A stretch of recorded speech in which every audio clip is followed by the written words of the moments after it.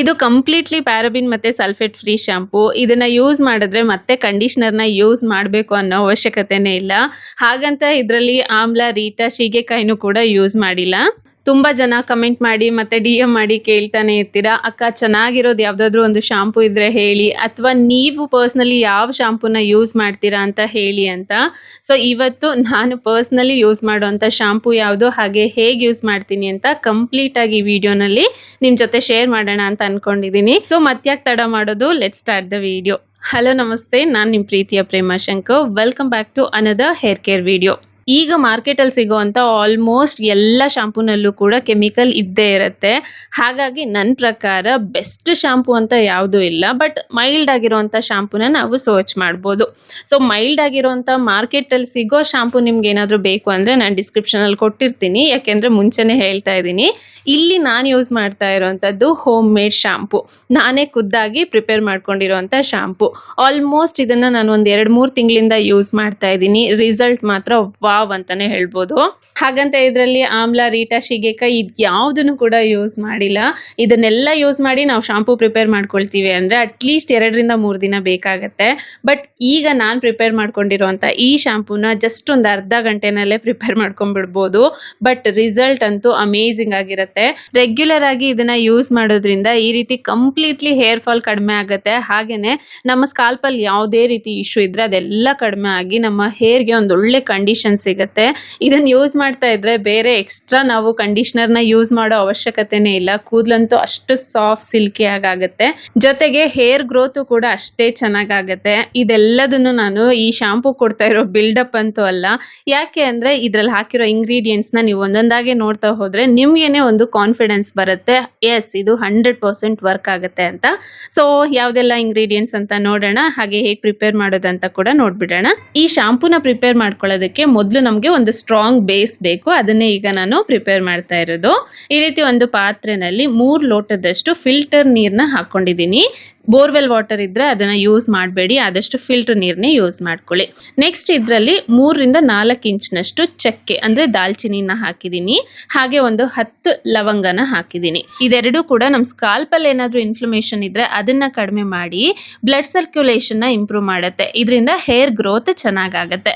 ಜೊತೆಗೆ ನಾನಿಲ್ಲಿ rosemary dry leaves ನ ತಗೊಂಡಿದ್ದೀನಿ. ಫ್ರೆಶ್ ಲೀವ್ಸ್ ಇದ್ರೆ ಅದನ್ನ ಕೂಡ ಯೂಸ್ ಮಾಡ್ಕೋಬಹುದು. 3-4 ಚಮಚದಷ್ಟು ಹಾಕಿದ್ರೆ ಸಾಕು. ಸೊ ಇದು ಕೂಡ ಹೇರ್ ಗ್ರೋತ್ ತುಂಬಾ ಚೆನ್ನಾಗಿ ಪ್ರಮೋಟ್ ಮಾಡುತ್ತೆ. ಸೊ ಇದ್ರ ಬಗ್ಗೆ ಆಲ್ರೆಡಿ ನಾನು ಸಪರೇಟ್ ಆಗಿ ವಿಡಿಯೋ ಮಾಡಿದ್ದೀನಿ, ಡಿಸ್ಕ್ರಿಪ್ಷನ್ ಅಲ್ಲಿ ಲಿಂಕ್ ಕೊಟ್ಟಿರ್ತೀನಿ, ಒಂದ್ಸರಿ ಚೆಕ್ ಮಾಡಿ. ಹಾಗೇನೆ ಇದ್ರ ಜೊತೆ 3-4 ಚಮಚದಷ್ಟು ಈ ಕಪ್ಪು ಜೀರಿಗೆ, ಇದನ್ನ ನಾವು ಕಲಾಂಜಿ ಅಂತ ಕೂಡ ಕರಿತೀವಿ. ಸೊ ಇದನ್ನ ಕೂಡ ಹಾಕೊಂಡಿದ್ದೀನಿ. 3 ಲೋಟ ನೀರಲ್ಲಿ ಜಸ್ಟ್ ಈ 4 ಇಂಗ್ರೀಡಿಯೆಂಟ್ಸ್ ಗಳನ್ನ ಹಾಕಿ ಚೆನ್ನಾಗಿ ಕುದಿಸ್ಕೋಬೇಕು. ಎಲ್ಲಿವರೆಗೂ ಅಂದ್ರೆ ನಾವು ಹಾಕಿರುವಂತ 3 ಲೋಟ ನೀರು 1 ಲೋಟದಷ್ಟು ಆಗ್ಬೇಕು. ಆಮೇಲೆ ಗ್ಯಾಸ್ನ ಆಫ್ ಮಾಡಿ ಪೂರ್ತಿ ಇದನ್ನ ತಣ್ಣಗಾಗೋದಕ್ಕೆ ಬಿಟ್ಟು ಈ ರೀತಿ ಸೋಸಿ ರೆಡಿ ಇಟ್ಕೋಬೇಕು. ನೆಕ್ಸ್ಟ್ ಈಗ ಮನೆ ಮುಂದ್ಗಡೆ ಇರುವಂತ ದಾಸವಾಳದ ಗಿಡದಿಂದ 3-4 ಮುಷ್ಟಿ ಆಗುವಷ್ಟು ಅದ್ರ ಎಲೆಗಳನ್ನ ಕಿತ್ಕೊಂಡು ಬಂದು ಚೆನ್ನಾಗಿ ಅದನ್ನ ತೊಳೆದು ಈ ರೀತಿ ಒಂದು ಬೌಲಲ್ಲಿ ಹಾಕೊಂಡು ಅದಕ್ಕೆ ಮತ್ತೆ 1 ಲೋಟದಷ್ಟು ಫಿಲ್ಟರ್ ನೀರ್ನೇ ಹಾಕಬೇಕು. ಬೋರ್ವೆಲ್ ವಾಟರ್ ಬೇಡ, ಯಾಕಂದ್ರೆ ಅದು ತುಂಬಾ ಹಾರ್ಡ್ ಇರುತ್ತೆ. ಸೊ ಫಿಲ್ಟರ್ ನೀರ್ನ ಹಾಕಿ ಚೆನ್ನಾಗಿ ಇದನ್ನ ಕೈಯಿಂದನೇ ಈ ರೀತಿ ಕಿವುಚ್ಬೇಕು. ಈ ರೀತಿ ಕಿವುಚಿದಾಗ ಇದು ಜೆಲ್ ರೀತಿ ರೆಡಿ ಆಗುತ್ತೆ. ಇದನ್ನ ಕೂಡ ನಾವು ಸೋಸಿ ಎತ್ತಿಟ್ಕೋಬೇಕು. ಕ್ವಾಂಟಿಟಿ ನೋಡ್ತಾ ಇದ್ದೀರಲ್ವಾ, ಅದು ಕೂಡ 1 ಲೋಟದಷ್ಟಿದೆ. ಇನ್ನು ನೆಕ್ಸ್ಟ್ ನಾವು ಇದಕ್ಕೆ ಅಲೋವೆರಾ ಜೆಲ್ನು ಕೂಡ ಹಾಕಬೇಕು. ನಾನೀಗ ಫ್ರೆಶ್ ಅಲೋವೆರಾನ ಕಿತ್ಕೊಂಡು ಬಂದು ಒಂದು 10 ನಿಮಿಷ ಹಾಗೆ ಬಿಟ್ಟಿದ್ದೆ. ಅದರಿಂದ ಯೆಲ್ಲೋ ಕಲರ್ ಪಾರ್ಟ್ ಒಂದು ರಿಲೀಸ್ ಆಗುತ್ತೆ. ಅದನ್ನ ನೀಟಾಗಿ ತೊಳೆದು ಆಮೇಲೆ ಯೂಸ್ ಮಾಡ್ಕೋಬೇಕು. ನೀವು ಬೇಕು ಅಂದ್ರೆ ರೆಡಿಮೇಡ್ ಅಲೋವೆರಾ ಜೆಲ್ನು ಕೂಡ ಯೂಸ್ ಮಾಡ್ಕೋಬಹುದು. ಬಟ್ ನನ್ನ ಪ್ರಕಾರ ಮನೆ ಮುಂದ್ಗಡೆನೆ ಫ್ರೀ ಆಗಿ ಅಲೋವೆರಾ ಸಿಗುತ್ತೆ ಅಲ್ವಾ, ಸೊ ಅದನ್ನೇ ತಂದು ಅದ್ರ ಜೆಲ್ನ ಯೂಸ್ ಮಾಡ್ಕೋಬಹುದು. ನ್ಯಾಚುರಲ್ ಆಗೂ ಇರುತ್ತೆ, ಇನ್ನು ಫ್ರೆಶ್ ಆಗೂ ಇರುತ್ತೆ. ಟೋಟಲಿ 1 ಲೀಟರ್ ಅಷ್ಟು ಶಾಂಪೂ ನಾವು ಪ್ರಿಪೇರ್ ಮಾಡ್ಕೊಳ್ಳೋದಕ್ಕೆ ನಮಗೆ 2 ಈ ಅಲೋವೆರಾ ಲೀವ್ಸ್ ಬೇಕಾಗತ್ತೆ. ಸೊ ಅದರಿಂದ ತೆಗ್ದಿರೋ ಜೆಲ್ನೆಲ್ಲ ಸ್ವಲ್ಪ ನೀರು ಬೇಕು ಅಂದ್ರೆ ಹಾಕೊಂಡು ನೀವು ಇದನ್ನ ಚೆನ್ನಾಗಿ ಮಿಕ್ಸಿ ಮಾಡಿಕೊಂಡು ಇದನ್ನ ಸೋಸ್ಕೋಬೇಕು. ಹಾಗೆ ಯೂಸ್ ಮಾಡೋದು ಬೇಡ. ಸೋಸ್ಕೊಂಡು ನಾನು ಇಲ್ಲಿ ಅಳತೆ ಮಾಡ್ತಾ ಇದ್ದೀನಿ. ಇದು ಕೂಡ ಅರ್ಧ ಲೋಟದಷ್ಟು ಆಗಿದೆ. ಇದಕ್ಕಿಂತ ಸ್ವಲ್ಪ ಹೆಚ್ಚು ಅಥವಾ ಕಡಿಮೆ ಆದ್ರೂ ಕೂಡ ನಡೆಯುತ್ತೆ. ಇದಿಷ್ಟೇ ಇಂಗ್ರೀಡಿಯೆಂಟ್ಸ್ ಇಂದ ಅಷ್ಟು ಚೆನ್ನಾಗಿ ನೊರೆ ಬರುತ್ತಾ ಅಂದ್ರೆ ಅಬೀಬಿ ಕಹಾನಿ ಬಾಕಿ ಹೇ. ಈಗ ಜಸ್ಟ್ ಈ ಇಂಗ್ರೀಡಿಯೆಂಟ್ಸ್ ನ ಹಾಕೊಳ್ತಾ ಇದ್ದೀನಿ. ಲಾಸ್ಟ್ ಅಲ್ಲಿ ಇನ್ನೊಂದೇ ಒಂದು ಸ್ಮಾಲ್ ಇಂಗ್ರೀಡಿಯೆಂಟ್ಸ್ ನ ಹಾಕೋಬೇಕು, ಅದರಿಂದ ನಮಗೆ ಅಷ್ಟು ಚೆನ್ನಾಗಿ ನೊರೆ ಬರುತ್ತೆ. ಸೊ ಫಸ್ಟ್ ಇದೆಲ್ಲದನ್ನು ಕೂಡ ಈ ರೀತಿ ಒಂದು ಗ್ಲಾಸ್ ಬಾಟಲ್ ಅಥವಾ ಜಾರ್ ಏನಂತೀರೋ ಓಕೆ, ಇದರಲ್ಲಿ ಹಾಕೊಂಡಿದ್ದೀನಿ. ಪ್ರಿಫರಬಲಿ ಈ ಶಾಂಪೂ ಪ್ರಿಪೇರ್ ಮಾಡೋದಕ್ಕೆ ಈ ರೀತಿ ಗ್ಲಾಸ್ ಬಾಟಲ್ನ ಯೂಸ್ ಮಾಡ್ಕೊಳ್ಳಿ. ಇದನ್ನ ಈಗ ಸೈಡಿಗೆ ಇಟ್ಟು ಇಲ್ಲಿ ಮೇನ್ ಇಂಗ್ರೀಡಿಯೆಂಟ್ ನಮಗೆ ನೊರೆ ಬರೋದಕ್ಕೆ ಅಂದರೆ ಇದೇನೆ. ಇದು ಶಾಂಪೂ ಬೇಸ್. ಇದು ಪ್ಯಾರಾಬಿನ್ ಫ್ರೀ, ಸಲ್ಫೇಟ್ ಫ್ರೀ ಇರುತ್ತೆ. ಯಾವುದೇ ರೀತಿ ಕೆಮಿಕಲ್ ಇಲ್ಲ. ತುಂಬ ನಾನು ಹುಡುಕದ ಮೇಲೆ ಇದು ನನಗೆ ಸಿಕ್ಕಿರೋದು. ಸೊ ಹಾಗಾಗಿ ಇದನ್ನು ನಾನು ಜಸ್ಟ್ ಇಲ್ಲಿ ಒಂದು 1/4 ಲೋಟದಷ್ಟು ಮೆಜರ್ಮೆಂಟ್ಗೆ ಇದೊಂದೇ ಲೋಟನೇ ನಾನು ತೊಗೊಂಡಿರೋದು. ಇದರಲ್ಲಿ 1/4 ಲೋಟದಷ್ಟು ಈ ಶಾಂಪೂ ಬೇಸನ್ನು ಹಾಕ್ಕೊಂಡಿದ್ದೀನಿ. ಸೊ ಇದನ್ನು ಕೂಡ ನಾವು ಇದೇ ಜಾರಲ್ಲೇ ಹಾಕ್ಕೊಂಡು ಚೆನ್ನಾಗಿ ಇದನ್ನು ಮಿಕ್ಸ್ ಮಾಡ್ಕೋಬೇಕು. ಇಲ್ಲಿ ಸ್ವಲ್ಪ ನೀರಿನ ಕ್ವಾಂಟಿಟಿ ಕಡಿಮೆ ಇದೆ, ಬಟ್ ಓಕೆ, ಫುಲ್ ಗ್ಲಾಸ್ ಆದರೂ ಕೂಡ ಈ ಕ್ವಾಂಟಿಟಿಗೆ ಕರೆಕ್ಟ್ ಆಗುತ್ತೆ. ನನಗೆ ಪರ್ಸ್ನಲಿ ಈ ಶಾಂಪೂ ಬೇಸ್ ತುಂಬಾ ಇಷ್ಟ ಆಯಿತು. ಜಸ್ಟ್ ಒಂದೇ ಒಂದು ಬಾಟಲಿಂದ ಹೆಚ್ಚು ಕಡಿಮೆ 5ರಿಂದ 6 ಲೀಟರ್ವರೆಗೂ ನಾವು ಶಾಂಪೂನ ರೆಡಿ ಮಾಡ್ಕೋಬೋದು. ಇನ್ನು ಈಗ ರೆಡಿ ಮಾಡಿರೋಂಥ ಈ ಶಾಂಪೂ ವಿಷಯಕ್ಕೆ ಬಂದರೆ, ಇದನ್ನು ಪ್ರಿಪೇರ್ ಮಾಡಿಕೊಂಡು ಈ ರೀತಿ ಫ್ರಿಜ್ಜಲ್ಲಿ ನಾವು ಸ್ಟೋರ್ ಮಾಡಿಕೊಂಡ್ರೆ 3ರಿಂದ 4 ತಿಂಗಳವರೆಗೂ ಕೂಡ ಇದನ್ನು ಯೂಸ್ ಮಾಡ್ಕೋಬೋದು. ಬಟ್ ಹೊರಗಡೆ ಇಟ್ಟು ನಾವು ಯೂಸ್ ಮಾಡ್ತೀವಿ ಅನ್ನೋದಾದರೆ 1 ವಾರಕ್ಕಾಗೋಷ್ಟು ಮಾತ್ರನೇ ಪ್ರಿಪೇರ್ ಮಾಡ್ಕೊಳ್ಳಿ. ಅಂದರೆ ಜಸ್ಟ್ 2 ಚಮಚದಷ್ಟು ಈ ಶಾಂಪೂ ಬೇಸ್ನ ಹಾಕ್ಕೊಂಡು ಪ್ರಿಪೇರ್ ಮಾಡ್ಕೊಳ್ಳಿ.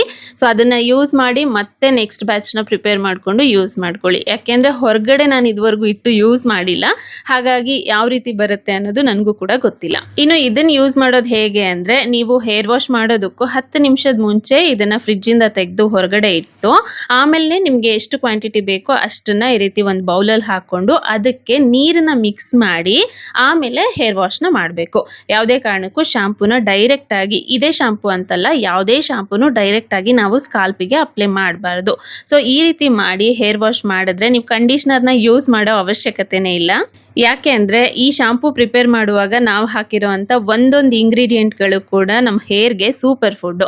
ಇದೆಲ್ಲ ಕೂಡ ನಮ್ಮ ಹೇರಲ್ಲಿ ಅಂದರೆ ನಮ್ಮ ಸ್ಕಾಲ್ಪಲ್ಲಿ ಯಾವುದೇ ರೀತಿ ಇಶ್ಯೂ ಇದ್ದರೆ ಅದನ್ನೆಲ್ಲ ಕಡಿಮೆ ಮಾಡುತ್ತೆ. ಈವನ್ ಡ್ಯಾಂಡ್ರಫ್ನು ಕೂಡ.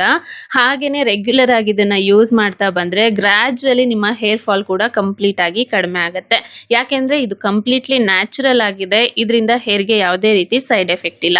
ಸೊ ನಾನು ಹೇಳೋದ್ರ ಮೇಲೆ ನೀವು ಡೈರೆಕ್ಟಾಗಿ ಭರವಸೆ ಕೊಡೋದೇ ಬೇಡ. ಫಸ್ಟ್ ನೀವು ಒಂದು ಬ್ಯಾಚ್ನ ಪ್ರಿಪೇರ್ ಮಾಡಿಕೊಂಡು ಯೂಸ್ ಮಾಡಿ, ಆಮೇಲೆ ನೀವೇ ಬಂದು ಡೆಫಿನೆಟ್ ಆಗಿ ಕಮೆಂಟ್ ಮಾಡಿ ಹೇಳ್ತೀರಾ, ನಾವು ಬೇರೆ ಶಾಂಪೂ ಯೂಸ್ ಮಾಡೋದನ್ನೇ ಮರ್ತೋಗಿದ್ದೀವಿ, ಯಾಕೆಂದರೆ ಇದು ಅಷ್ಟು ಅಮೇಝಿಂಗ್ ಆಗಿರುವಂಥ ರಿಸಲ್ಟನ್ನು ಕೊಡ್ತಾ ಇದೆ ಅಂತ. ಹಾಗೆ ನೀವೇ ಬೇರೆಯವ್ರಿಗೂ ಕೂಡ ಇದನ್ನು ಯೂಸ್ ಮಾಡೋದಕ್ಕೆ ರೆಫರ್ ಮಾಡ್ತೀರಾ, ಐ ಗ್ಯಾರಂಟಿ ಯು. ಹಾಗೆ ಇನ್ನೊಂದು ಅಂಡ್ ಇಂಪಾರ್ಟೆಂಟ್ ಮಾತು, ಇದೆಲ್ಲ ಕೂಡ ನಾವು ನಮ್ಮ ಸ್ಕಾಲ್ಪ್ಗೆ ಮತ್ತು ಹೇರ್ಗೆ ಎಕ್ಸ್ಟರ್ನಲ್ ಆಗಿ ಅಪ್ಲೈ ಮಾಡ್ತಾ ಇರೋವಂಥದ್ದು.